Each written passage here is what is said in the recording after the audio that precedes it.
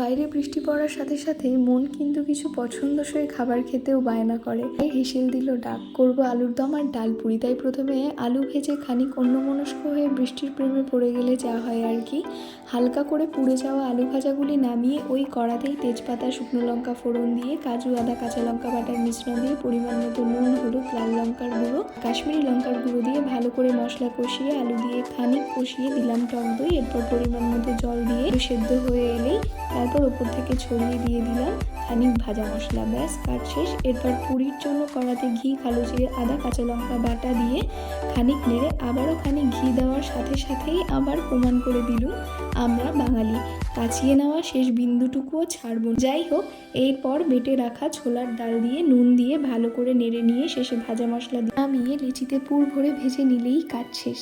তৈরি আমাদের পোড়া আলুর দমের সঙ্গে ডাল পুরি। সকলে ভালো থাকবেন, সুস্থ থাকবেন।